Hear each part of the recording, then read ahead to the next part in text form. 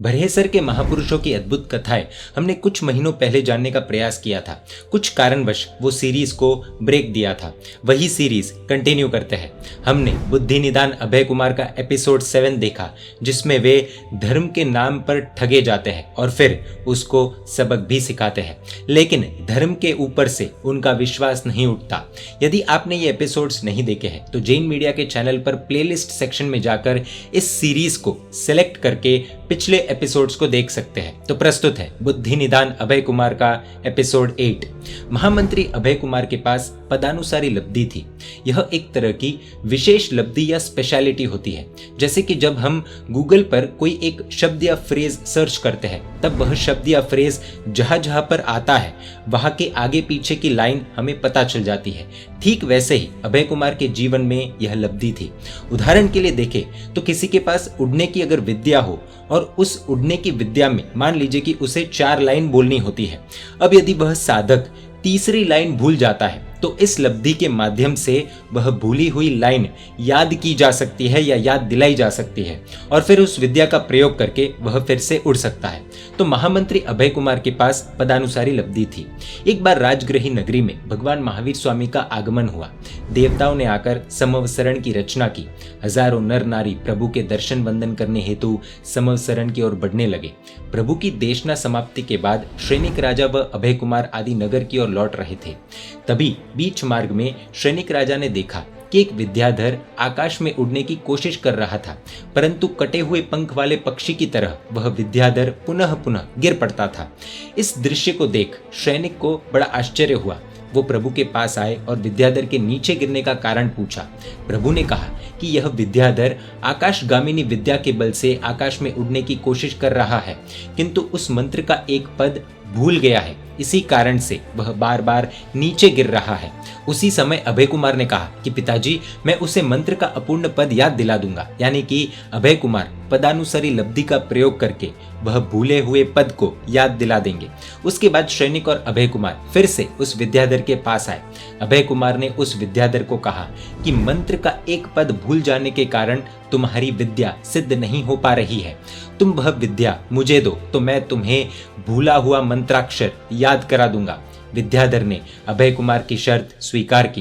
विद्याधर ने अभय कुमार को आकाशगामिनी विद्या का मंत्र प्रदान किया। अभय कुमार के पास पदानुसारी लब्धि थी। उस लब्धि के प्रभाव से किसी भी मंत्र आदि का एक पद सुन ले तो शेष पदों को वह आसानी से बता सकते थे। तुरंत अभय कुमार ने उस मंत्र में रही भूल बता दी। विद्याधर ने भूल सुधार कर मंत्र स्मरण किया। उसी समय वह आकाश में उड़ने लग गया। पदानुसारी के साथ ही अभय कुमार महामंत्री को तुरंत ही आकाशगामिनी विद्या यानी कि उड़ने की लब्धि भी प्राप्त हो गई। यहाँ पर एक चीज समझ में आती है कि यदि किसी का भला करने जाओ तो कुदरत हमें उपहार देती ही है। सैनिक महाराजा के महल के पास ही एक खास बगीचा था। उस बगीचे में सदैव सभी ऋतु के फल फूल उगते थे। उसी नगरी में एक चांडाल रहता था। उसकी पत्नी गर्भवती थी। गर्भ के प्रभाव से पोष महीने में उसे आम खाने का दोहद उत्पन्न हुआ। दोहद यानी सरल भाषा में गर्भ में जीव के आने से उत्पन्न होती हुई इच्छा कह सकते हैं। अब सर्दी के दिनों में आम कहाँ से मिले? एक दिन उस चांडाल को पता चला कि सैनिक महाराजा के महल के पास जो बगीचा है, उस बगीचे में सदाबहार आम वृक्ष है। उस वृक्ष पर 12 महीने फल लगते हैं। उस बगीचे में कोई भी व्यक्ति अपनी इच्छा अनुसार प्रवेश नहीं कर सकता था, परंतु चांडाल के लिए वह समस्या नहीं थी, क्योंकि उसके पास आकर्षणी नाम की विद्या थी।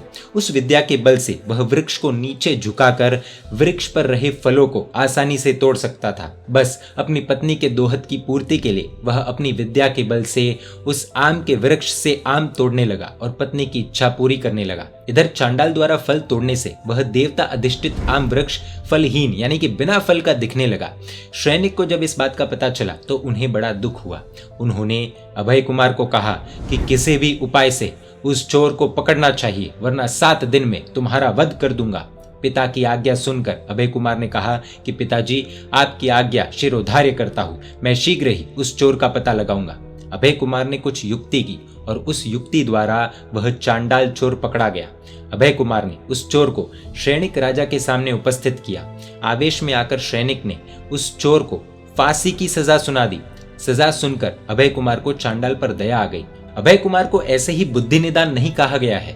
विद्या सिद्ध इस चांडाल को बचाने के लिए अभय कुमार ने अपने पिता से कहा कि पिताजी, इस चांडाल के पास एक आकर्षणी विद्या है, तो क्यों ना इसे मार देने के पूर्व इसके पास रही आकर्षणी विद्या आप सीख ले। सैनिक को यह बात पसंद आ गई। उन्होंने अभय कुमार की बात में हाँ भर दी। उसी समय सैनिक ने उस चांडाल को बुलाया और उसे विद्या देने की बात कही। सैनिक राजा सिंहासन पर बैठे हुए थे और चांडाल भूमि पर बैठा हुआ था। चांडाल ने 3-4 बार वह मंत्र प्रदान किया, किंतु सैनिक को वह मंत्र सिद्ध नहीं हो पाया। सैनिक वह विद्या ग्रहण नहीं कर पाए। उसी समय अभय कुमार वहां उपस्थित हो गए और कहा कि पिताजी, आप इस चांडाल से विद्या प्राप्त करना चाहते हैं, परंतु विद्या तो विनय से ही प्राप्त होती है। आप सिंहासन पर बैठे हो और इसे भूमि पर बिठाया है, तो यह विद्या कैसे सिद्ध होगी। विद्या पानी है तो इसे ऊपर बिठाना ही चाहिए और आपको नीचे बैठना चाहिए। अभय कुमार की यह बात सुनकर सैनिक अपने सिंहासन पर से नीचे उतर गए। उन्होंने चांडाल को ऊपर बिठाया। उसके बाद चांडाल ने सैनिक को आकर्षणी विद्या का मंत्र प्रदान किया। सैनिक को वह विद्या तुरंत सिद्ध हो गई। उसके बाद अभय कुमार ने सैनिक से कहा कि पिताजी, यह चांडाल तो आपका विद्या गुरु बन गया है। इसे फांसी की सजा करने से तो गुरु हत्या का पाप लगेगा, अतः आप इसके अपराध को क्षमा कर दे। अभय कुमार की यह प्रार्थना सुनकर सैनिक ने उस चोर को फांसी की सजा से मुक्त कर दिया। बुद्धिमान अभय कुमार ने चोर को भी बचा दिया और उसके पास रही विद्या सैनिक राजा को भी प्राप्त करा दी। यहाँ पर कुछ बातें समझने जैसी है। अभय कुमार ने चोर को पकड़ा, राजा के सामने पेश कर पिता की आज्ञा का पालन भी किया। पिता ने फांसी की सजा सुनाई, लेकिन अभय कुमार ने सोचा कि इसे फांसी नहीं देनी चाहिए, तो दिमाग लगाकर फांसी भी रुकवाई और चांडाल से वह विद्या पिता को प्राप्त करवा दी।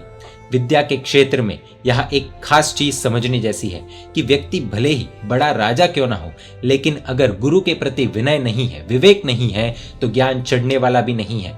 एक और खास चीज इस एपिसोड में समझने जैसी है कि जहां पर दया का पालन हो, वहां पर पाप से बचने के चांसेस ज्यादा हो जाते हैं। अभय कुमार को दया आई। क्रोध में आकर पिता सैनिक राजा ने चांडाल को मौत की सजा सुनाई थी, लेकिन अभय कुमार ने फांसी की सजा माफ करवाई। पिता के द्वारा होने वाले इस पाप से भी अभय कुमार ने बचाया। ऐसा कहना कितना सही है या गलत पता नहीं, लेकिन अगर गौर करने जाए तो जो विद्यार्थी अपने गुरु का आदर न करते हो, उन्हें ज्ञान जल्दी से नहीं चढ़ता। और अभी तो वेस्टर्न एजुकेशन सिस्टम में विद्यार्थियों को ऊपर बिठाया जाता है। ये कितना सही है कितना गलत है पता नहीं, लेकिन चर्चा का विषय बन सकता है। जैन मीडिया पर ऐसे वीडियोस आते रहेंगे। देखने के लिए आपको Jain media YouTube channel subscribe कर नोटिफिकेशंस के लिए बेल आइकन प्रेस करना होगा। आप हमें फेसबुक और इंस्टाग्राम पर भी फॉलो कर सकते हैं। परमात्मा के आज्ञा विरुद्ध कुछ भी कहा हो तो मिच्छामि दुक्कडम। जय जिन शासन, जय महावीर।